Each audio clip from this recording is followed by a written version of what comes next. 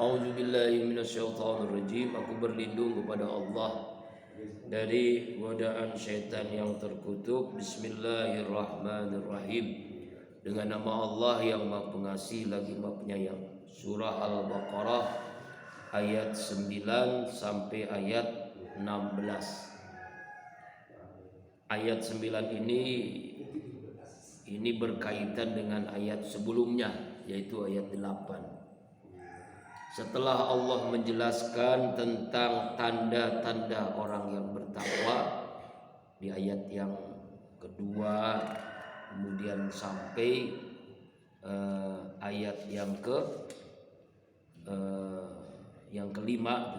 Jadi Al-Baqarah ayat 2, 3, 4, 5 itu tentang tanda ciri hamba Allah yang bertakwa, yaitu orang yang beriman kepada yang gaib, mendirikan sholat, menginfakkan sebagian rezekinya, beriman kepada kitab yang Allah turunkan kepada Nabi Muhammad, beriman kepada kitab yang diturunkan sebelum Nabi Muhammad, yakin dengan akhirat. Itulah mereka yang mendapatkan petunjuk dan mereka yang sukses. Itu tanda orang yang bertakwa. Kemudian ayat yang ke-6 dan yang ke-7, tanda orang yang kafir. Ya, ciri-ciri orang kafir. Ya, orang-orang kafir itu adalah cirinya sawaun alaihim a'anzartahum am lam tunzirhum la yu'minun. Sama saja diberikan peringatan, dinasehatin atau didiemin, sama aja. Itu orang kafir itu.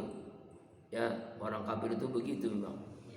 Kenapa? Karena Allah khataballahu ala qulubihim. Allah sudah menutup hati mereka, wala samihim, menutup pendengaran mereka, wala absari, menutup mata mereka, gisawatun, ada penutup, walau azabun azim, mereka lah siksaan yang nyata.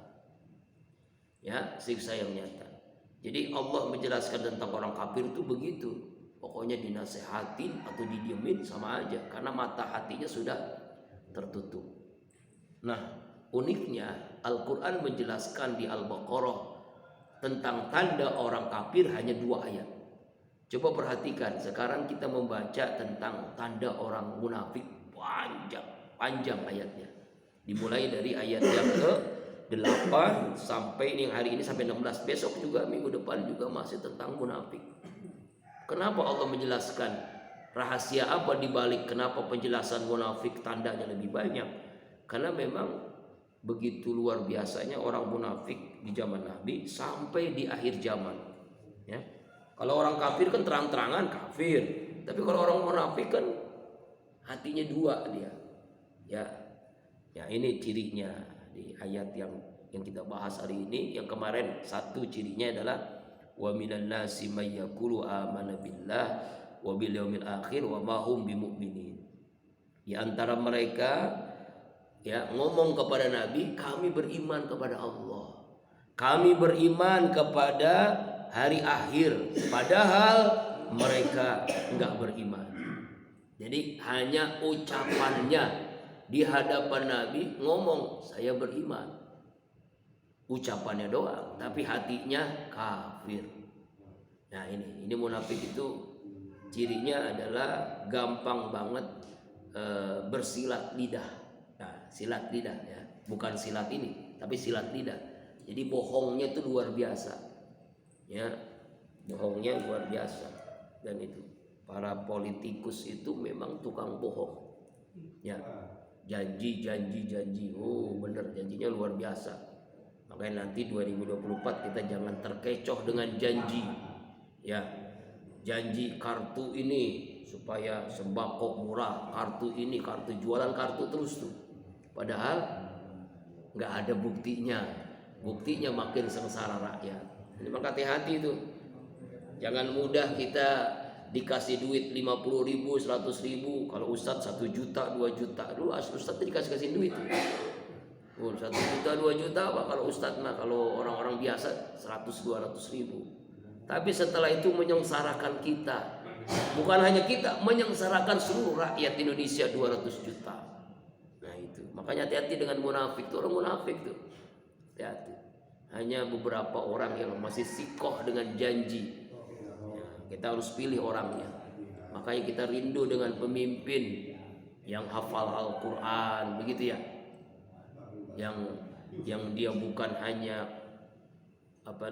pemimpin yang dipercaya gitu, amanah, tabligh, siqoh ya, cerdas ya. Itulah ciri pada pemimpin. Nah, ini orang-orang nanti ini ada. Nah, ayat ini menjelaskan tentang munafik akidah. Dasarnya munafik. Jadi munafik itu ada 3 Pak, ini harus saya jelasin di awal. Ada munafik akidah, ada munafik ibadah, ada munafik akhlak. Kalau munafik akidah itu pura-pura dia muslim. Akidah tuh. Padahal dia kafir. Contohnya sekarang banyak tuh.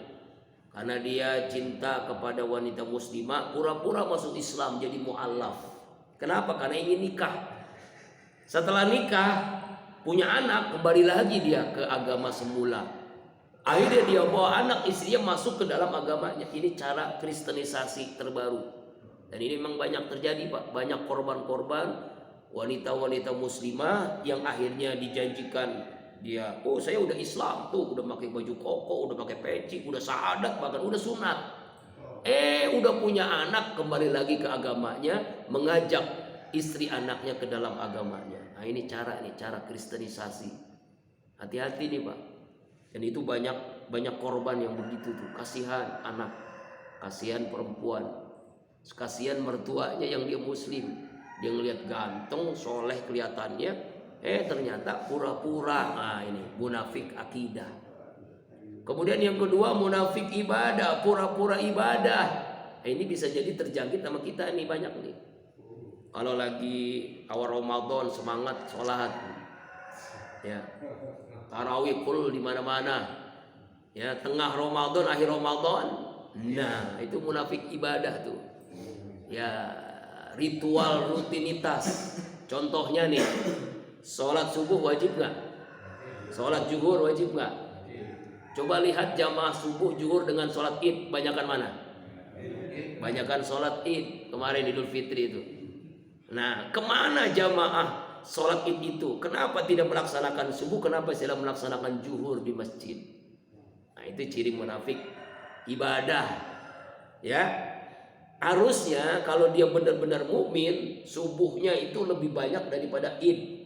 Zuhur lebih banyak dengan id. Kenapa? Subuh wajib, zuhur wajib, id sunnah.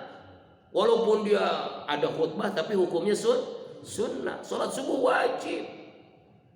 Ya itu wajib itu kan harus dilakukan daripada sunnah. Sama dengan haji apa umroh, ya haji dulu. Walaupun saya umroh udah 3 kali, biasa-biasa aja. Tapi kalau haji berat. Haji itu.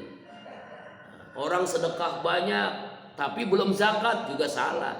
Ada. Jadi kita bedain wajib dengan sunnah. Harus didahulukan wajib dibandingkan sunnah. Ada sholat wajib, ada sholat sunnah, ada puasa wajib Ramadan, ada puasa sunnah Senin Kemis Syawal. Ada zakat wajib, ada sunnah, infak, sedekah, sunnah itu. Tapi ada zakat harus dikedepankan. Orang atau sedekah puluhan juta, zakat belum. Auzubillah min zalik. Haji wajib, umroh sunnah. Ini orang kan ada yang akal-akalan, orang yang punya travel haji, travel umroh. Yuk kita umroh nih sekian. Haji udah belum haji, ya Allah. Padahal haji wajib. Nah itu. Makanya benar dilakukan oleh almarhum Bapak Abdul Wahab. Dia pernah konsultasi sama saya mau umroh apa haji? Haji dulu.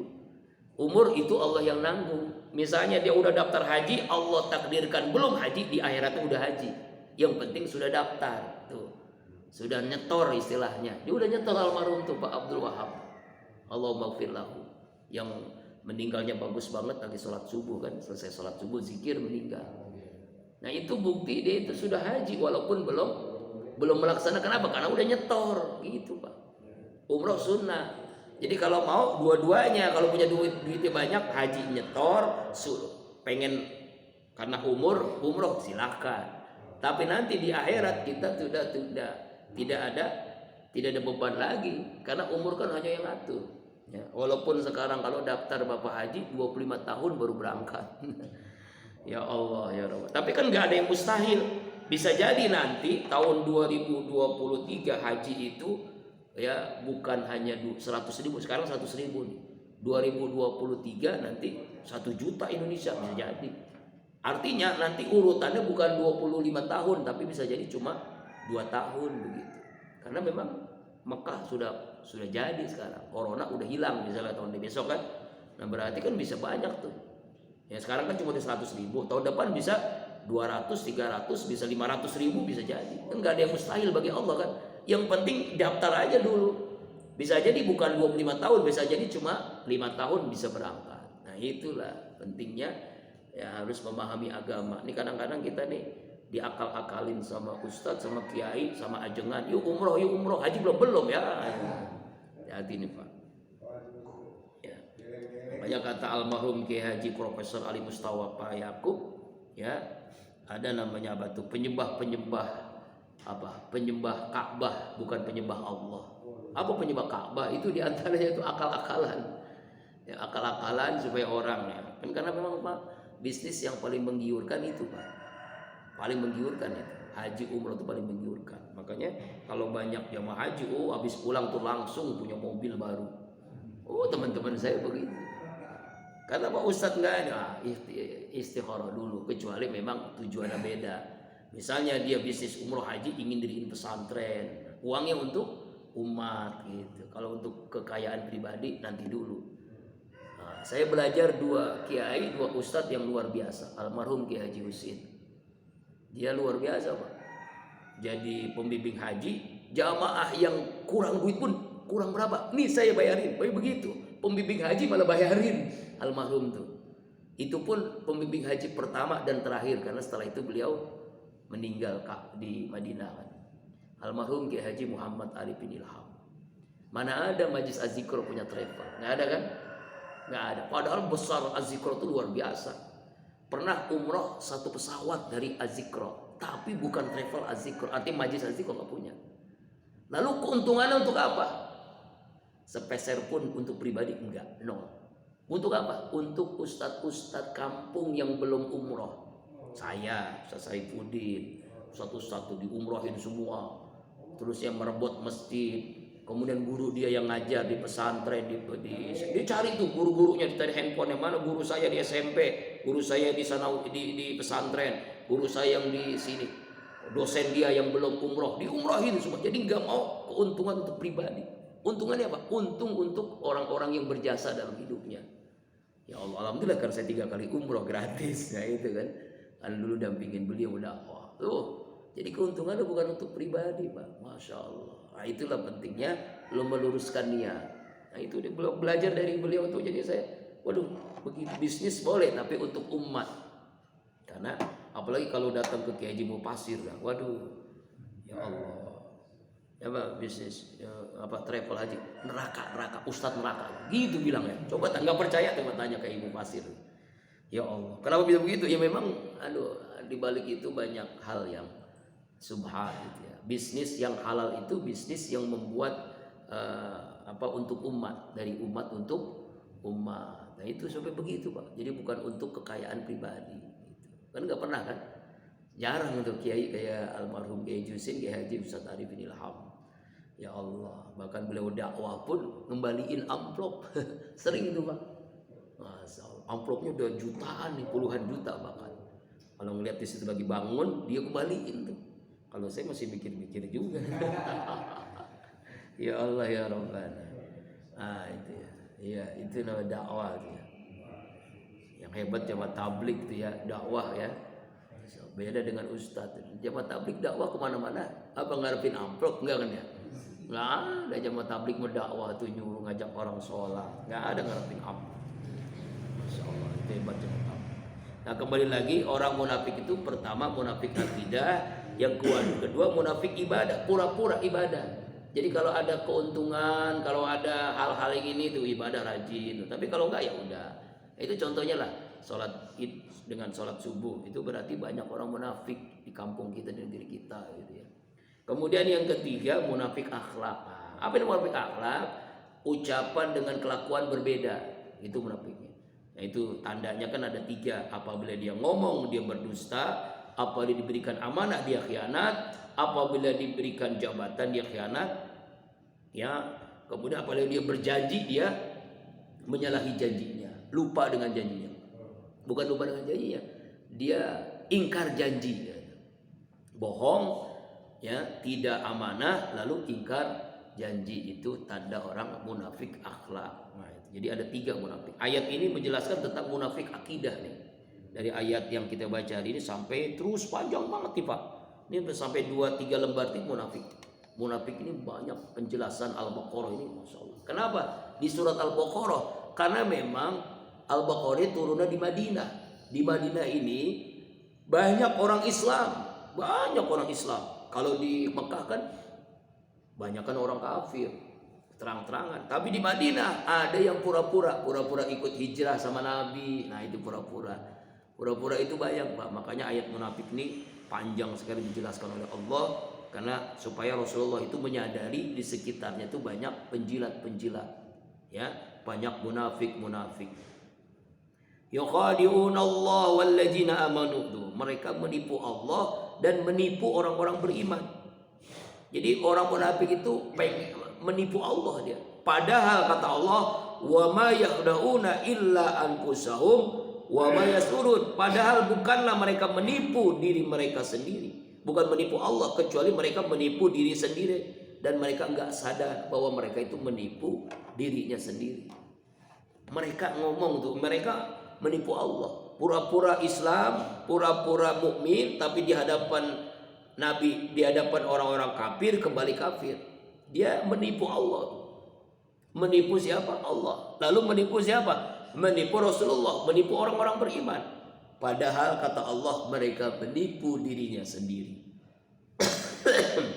Ini dijelaskan oleh Ibnu Katsir dalam tafsirnya. Jadi ketika Rasulullah SAW tiba di Madinah, orang-orang Ansor dari kabilah Aus dan Khazraj masuk Islam. Tapi sedikit sekali dari orang-orang Yahudi yang masuk Islam. Bahkan hanya 1 orang, yaitu Abdullah ibnu Salam, pada periode pertama Madinah. Beliau masih orang-orang yang masuk Islam itu masih ada nifaq. Lalu mengingatkan kaum muslimin, ya, masih belum mempunyai kekuatan. Bahkan Rasulullah SAW hidup rukun bersama orang-orang Yahudi, bersama orang-orang kabilah-kabilah, sampai terjadi perang besar, perang Badar, dan Allah memenangkan dalam perang Badar itu. Abdullah ibnu Ubay ibnu Salul ada seorang pemimpin di Madinah berasal dari kabilah Khazraj. Dia adalah pemimpin kedua di masa jahiliyah. Mereka bertekad akan menjadikan sebagai raja. Kemudian datanglah Islam. Mereka semua masuk Islam, menyibukkan diri dengan Islam. Sedangkan Abdullah ibnu Ubay ibnu Salul tetap pada pendiriannya seraya memperhatikan perkembangan Islam para pemeluknya. Tetapi ketika terjadi perang Badar, orang Islam menang, Rasulullah menang, para sahabat menang, dia berkata ini adalah perkara yang benar-benar telah mengarah kepada kekuasaan. Akhirnya si Ubay bin Salul ini pura-pura masuk Islam. Lalu pengikutnya ikut, orang-orang ahli kitab juga ikut, karena dia pemimpin, namanya Abdullah Ubay ibnu Salul.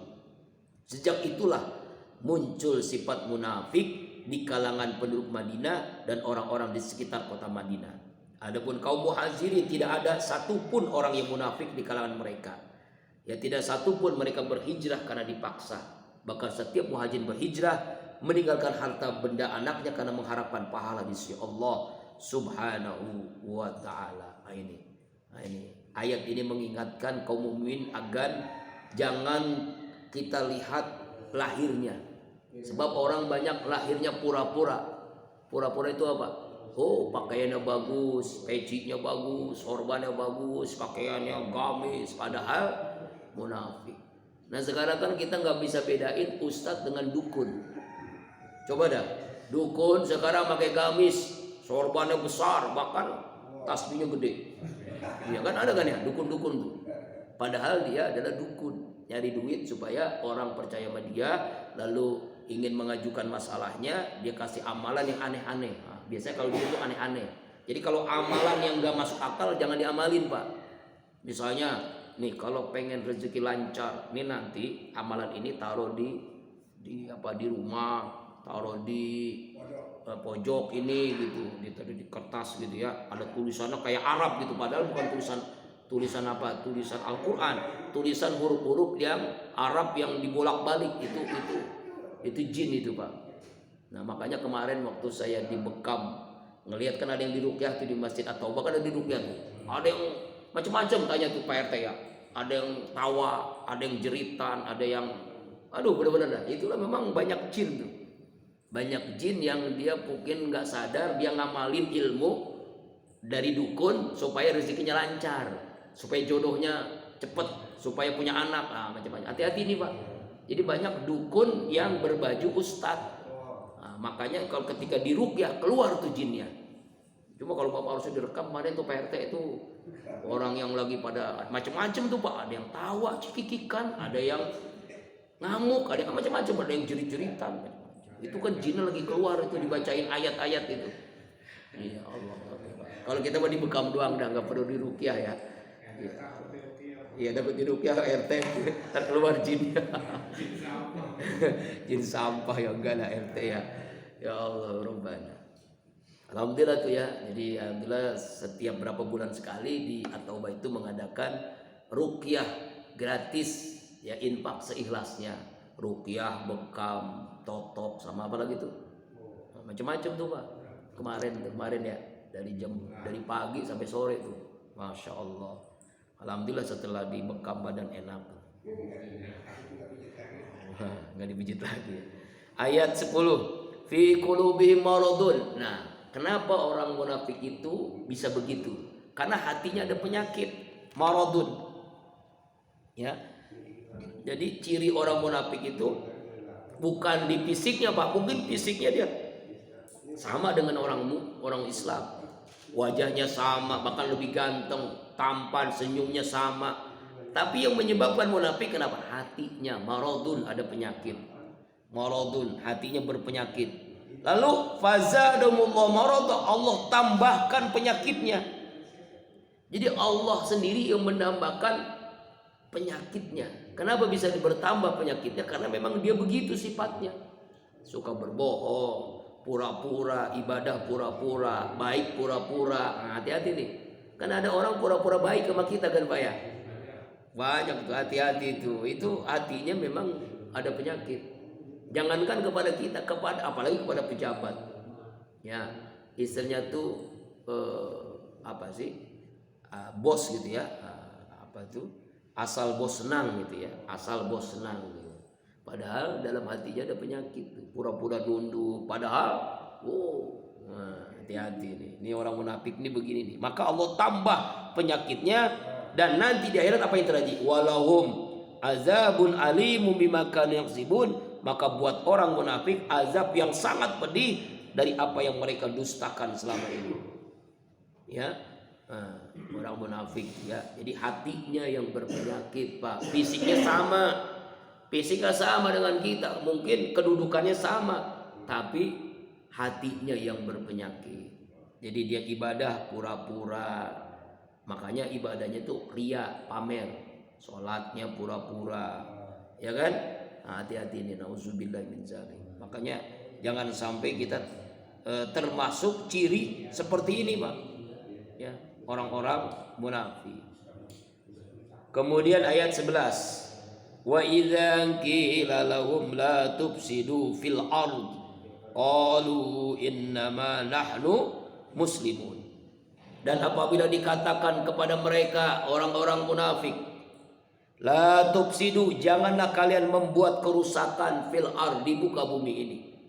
Qalu, mereka menjawab, innama nahnu muslihun, sesungguhnya kami orang yang selalu melakukan kebaikan. Oh begitu tuh. Ya, mereka itu merusak. Jadi musuh di dalam selimut. Nah, lebih bahaya nih. Ya, di dalam diri kita itu ada musuh. Di dalam perjuangan itu ada musuh, orang munafik nih. Makanya sama dengan subuh keliling itu. Nah, jangan aneh kan, kemarin waktu di Kolbun Salim dulu ada yang ribut. Tapi begitu memang. Jadi masih ada belum ikhlas dalam berjuang dalam dakwah. Ya begitu. Dalam dakwah itu pasti ada rintangannya. biasanya itu ada orang yang punya penyakit munafik. Jadi ikut subuh keliling karena ada maksud tujuannya. Jadi bukan ikhlas untuk berdakwah. Karena inilah, karena nggak enak sama guru, karena nggak enak sama teman, pura-pura. Itu biasanya tuh tersingkir dengan sendirinya. Ya ini ya. Jadi insya Allah subuh keliling mulai Sabtu depan. Ya insya Allah saya bisa ikut tuh karena berangkat tunaikan haji. Insya Allah kalau ada perubahan tanggal 9 Juni. Ya jadi Sabtu depan di pesantren Darul Akhyar, pimpinan Kiai Haji Dr. Muhammad Samsul Yakin MA, sahabat saya di Darul Tafsir. Beliau adalah wakil ketua MUI Kota Depok. Ya, itu ya. Ya, di situ di pesantren Darul Akhyar. Ya, jadi besar-besaran beliau mengadakan halal bihalal, silaturahim, pengajian beliau itu ngadain setiap Sabtu, Pak, ngaji kitab. Nah, kita kan cuma ngaji Quran begini, ada kitab-kitabnya. Setiap Sabtu itu kalau mau ikut ngaji itu berbeda. Misalnya minggu ini tafsir, minggu besok kitab fikih, minggu besok setiap Sabtu terus. Insya Allah nanti juga di Qalbun Salim seperti itu insya Allah. Ya itu sekalian halal bihalal silaturahim dan subuh berkah Sabtu depan, bukan Sabtu besok ya, tanggal 4 Juni. Insya Allah semua bisa ikut. Mobil saya muat 8 orang. 8 orang muat ya. 62 kan 8 orang sama supir. Insya Allah kalau yang mau ikut Darul Akhyar berangkat setengah 4 berangkat karena subuh kan setengah 5. Daerah Parung Bingung, tapi nggak usah bingung. Parung Bingung dekat Masjid Kubah Mas itu. Ya Meruyung. Ya daerah sana Meruyung, daerah dekat Masjid Kubah Mas. Ya insya Allah Sabtu depan subuh keliling bersama Kiai Haji Muhammad Abdul Syukur, Kiai Haji Musli Aziz dan para asatidz Kiai Haji Mardani Ismail, Kiai Haji Syarifuddin. Insya Allah juga saya ikut insya Allah ya. Kalau nggak ada halangan. Kalau pada ikut semua musola kosong. Ya dah. Jadi orang munafik tuh gitu tuh. Pura-pura dia berbuat baik. Bahkan ada yang negor nih. Kami ini tidak pernah merusak. Kami ini innama nahnu muslihun. Kami ini suka membuat kebaikan. Ya tuh. Padahal mereka membuat kerusakan di bumi. Apa kerusakannya? Pura-pura. Nah ini bahaya banget orang pura-pura. Kalau orang kafir terang-terangan kafir. Kalau orang munafik pura-pura. Itu banyak tuh orang-orang partai itu banyak orang munafik tuh. Mungkin ada 1-2 yang ikhlas berjuang, ada. Tapi umumnya munafik. Umumnya orang-orang munafik, pura-pura. Dulu kan di ulama memperjuangkan dia jadi. Udah masuk istana, dia lupa dengan ulama. Bahkan ulama ditangkepin. Nah ini kan berarti munafik. Pura-pura. Auzubillahi min dzalik. Hati-hati nih Pak ya. Ala innahum humul mufsiduna walakin la yasurun. Ala ingatlah, ketahuilah olehmu. Innahum sesungguhnya orang-orang munafik itu adalah humul mufsidun. Mereka itulah orang-orang yang suka membuat kerusakan. Kerusakan apa? Kerusakan segala hal. Kerusakan akidah, kerusakan iman, kerusakan negeri ini oleh orang-orang munafik. Walakin la yasuru, akan tetapi mereka tidak sadar. Ya kan? Sekarang kan pura-pura pada rajin tuh, pada pakai jilbab. Kan? Pada pakai peci, datang ke kiai, datang ke pesantren, ke masjid. Mau pemilu ternyata. Ya Allah. Pokoknya kita nih perhatiin nih. Kalau mau pemilu tuh pada rajin ke masjid, pada pakai jilbab, pada pakai peci, pada pakai baju koko, pada datangin ulama tuh. Aduh. Biasa mau pemilu kan begitu kan, coba lihatin dah. Nanti kalau udah jadi lupa. Istilahnya tuh kalau bahasa Kiai Junil MZ itu sebelum menjadi itu rajin baca ayat kursi, kursinya dapat lupa dengan ayatnya. Lupa dengan ayatnya. Itu ketika calon wakil wali kota Depok, Pak Budi itu datang ke Qalbun Salim, saya ingetin, Pak, jangan kayak begini Pak, ya rajin baca ayat kursi, sekarang Bapak nanti kursi dapat lupa ayatnya. Iya Ustadz, alhamdulillah diingetin, ya ingetin. Itu tuh saya ngomong gitu aja apa adanya ya. Ya Allah ya Rabbana. Ya Pak ya. Nah itu jangan. Tapi mudah-mudahan ingat tahu enggak tuh ya? Enggak tahu udah. Begitu ingetin aja gitu.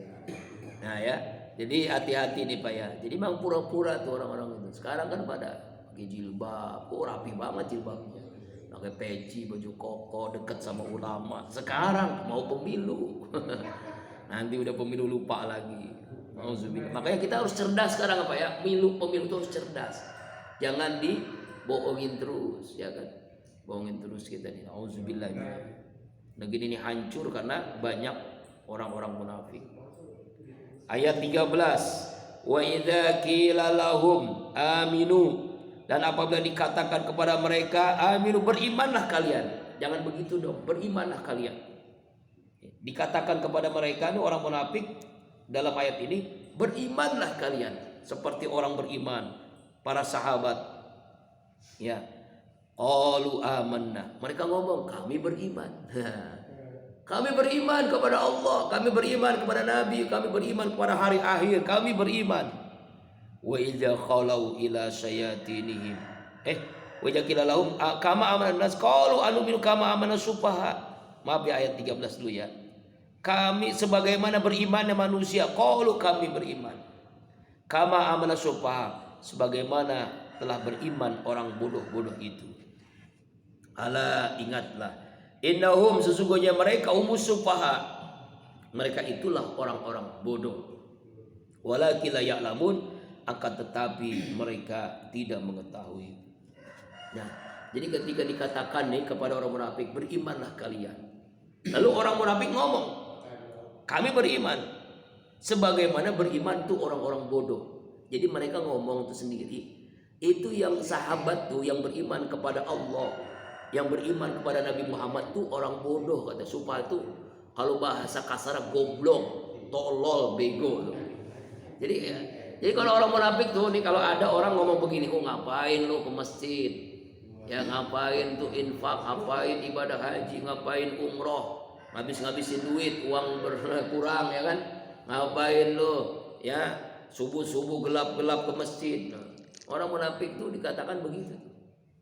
Itu orang-orang bodoh semua tuh. Ya, orang goblok semua tuh.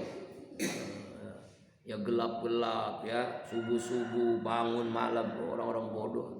Ya. Jadi orang munafik itu begitu, dia beriman, kami beriman. Ya, sebagaimana berimannya orang-orang munafik, orang-orang bodoh katanya. Padahal kata Allah, innahum mumusawaq. Ya, yang bodoh itu bukan orang beriman. Justru orang munafik itulah orang yang bodoh. Sufaha, orang yang goblok itu adalah orang-orang munafik. Nah istilahnya, walakin la ya'lamun, akan tetapi mereka tidak paham, akan tetapi mereka tidak mengerti. Ya Allah Akbar. Di ayat lain, ayat ini dijelaskan di dalam ayat lain, wala tusufaha amwalakum allati jalallahu lakum qiyamah, dan jangan akan serahkan kepada orang-orang belum sempurna akalnya dijadikan sebagai pokok kehidupan.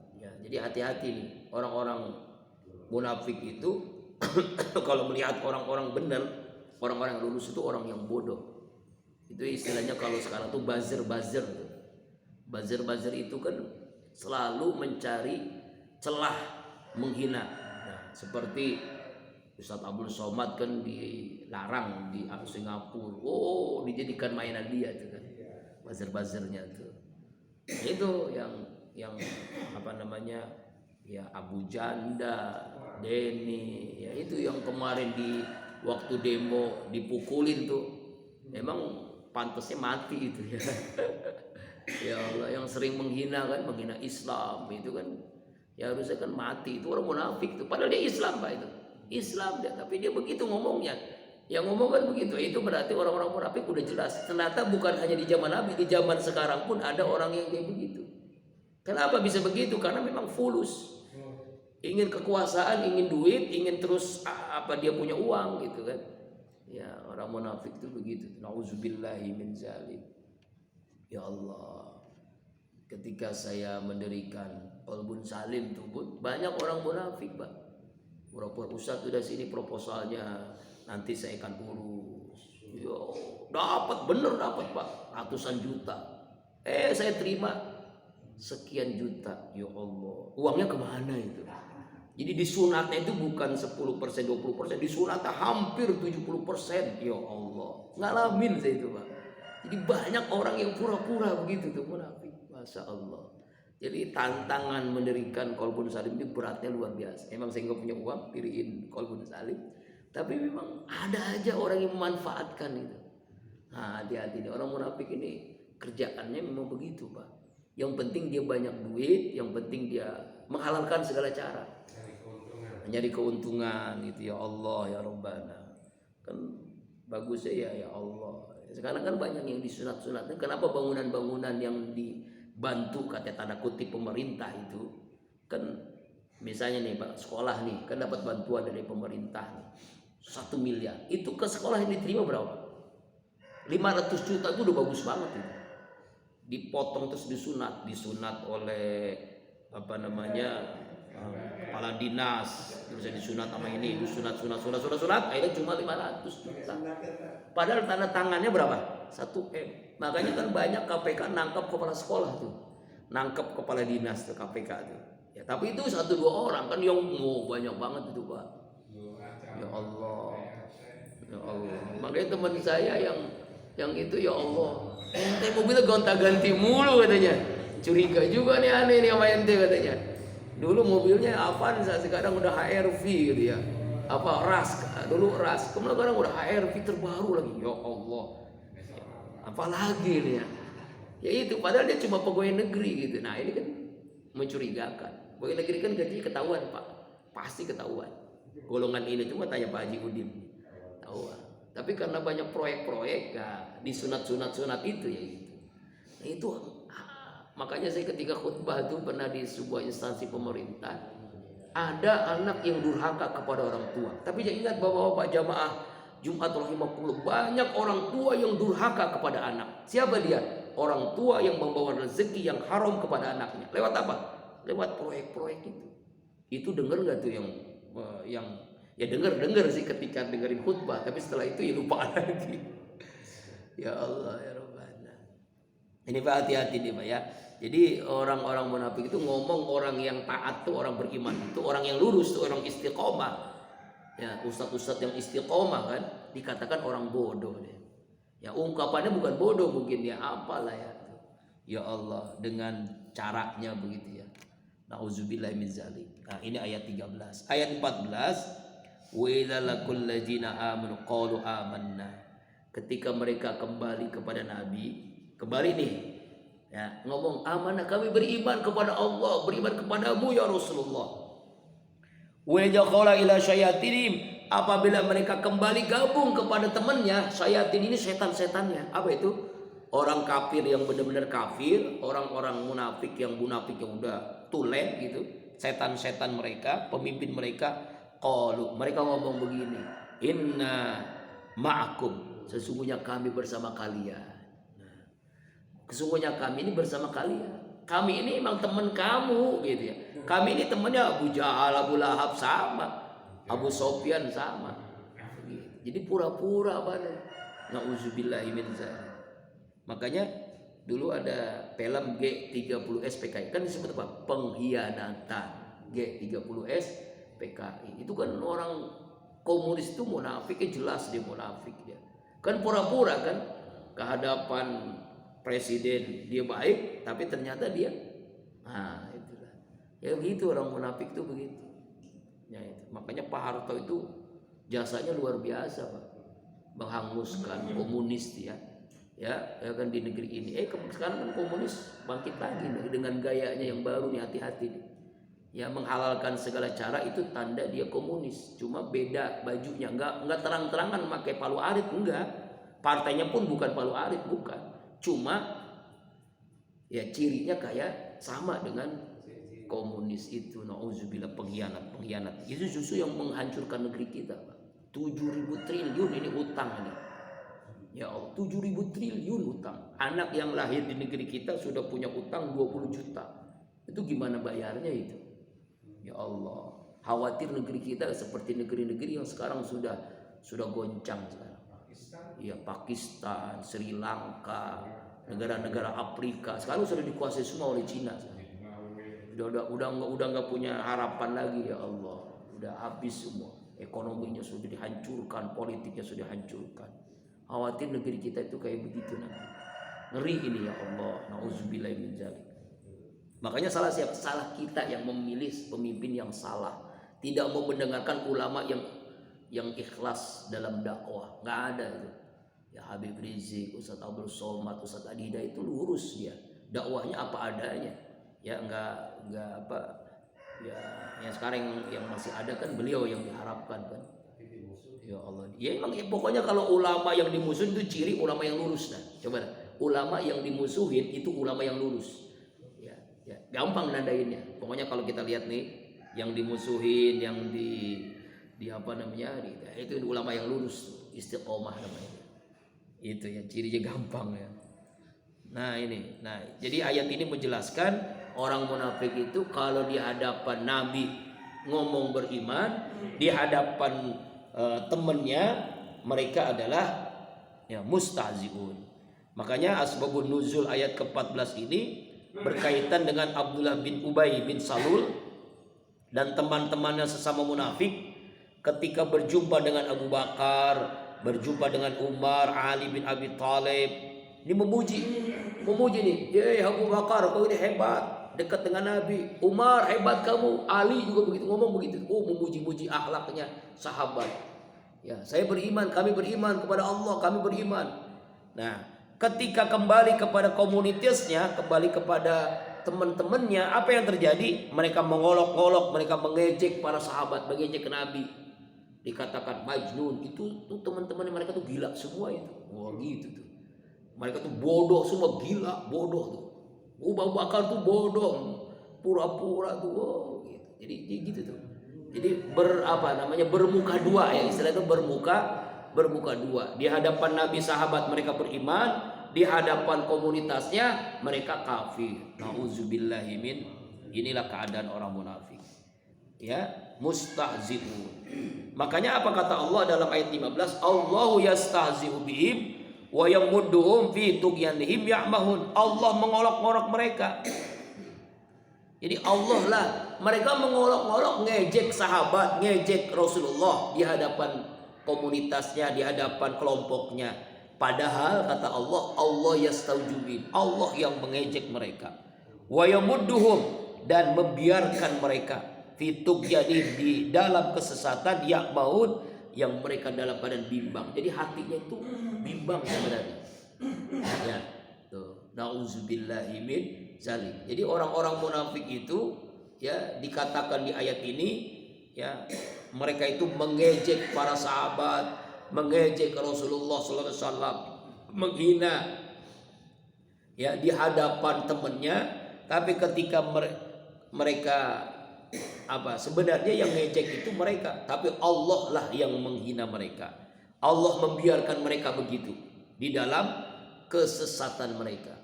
Nah, maka di surah ini ya dijelaskan oleh Allah di surah yang lain. Ini hebatnya ulama nih ya Allah. Ibnu Katsir menjelaskan ayat ini, dijelaskan di dalam surah Al-Hadid ayat 13, Ali Imran 178. Yauma yakunul munafiquna wal munafiqat lilladzina amanu nzuruna naqtabis min nurikum qilirji'u wara'akum faltamisu nuran faduriba bainahum bisurin lahu babun batinu fi rahmah wa zahiru min qibalil azab.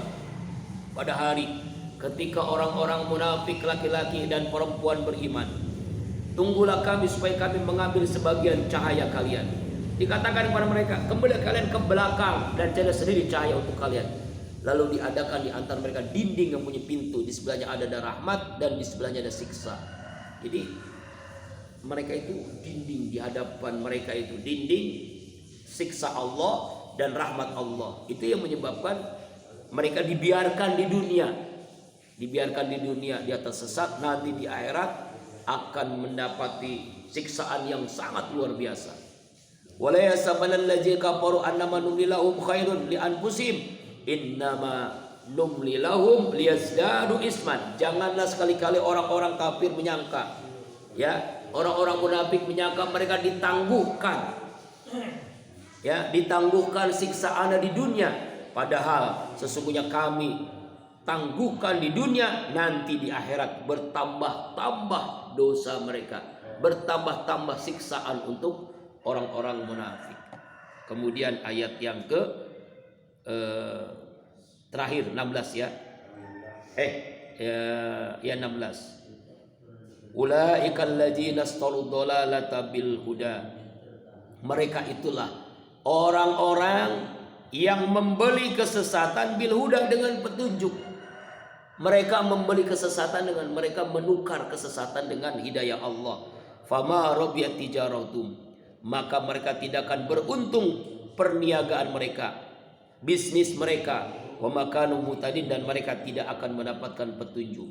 Jadi walaupun mereka menyangka uangnya banyak, bisnisnya lancar, padahal itu ada jebakan, itu ada istidraj, ya. Mereka tidak akan beruntung, tidak akan sukses bisnis mereka, ekonomi mereka, uang mereka, bahkan mereka tidak akan mendapatkan petunjuk dari Allah. Nauzubillahi min dzalik. Mudah-mudahan dengan kita membaca ayat-ayat tentang munafik, kita harus sadar bahwa banyak di antara kita yang masih munafik. Karena itu kita mohon semoga Allah angkat penyakit munafiknya, ya Allah hilangkan. Jangan sampai di antara kita punya tanda ciri orang yang munafik. Jangankan di akhirat, di dunia Allah berikan kesusahan, rezekinya mampet, tidak akan berkah, ya tidak akan berkah Pak. Walaupun kita melihat dia punya mobil, dia punya rumah yang mewah, padahal sebenarnya rezekinya sedang dijauhkan dari keberkahan Allah Subhanahu, apalagi di akhirat nanti. Insyaallah Jumat depan masih tentang tanda-tanda orang munafik di ayat 17. Wallahu a'lam bishawab. Kita berlindung kepada Allah agar kita dijauhkan dari sifat munafik dan kita dilindungi oleh Allah dari orang-orang yang munafik. Nauzubillahi min zalik. Amin. Bi barakati wa karamati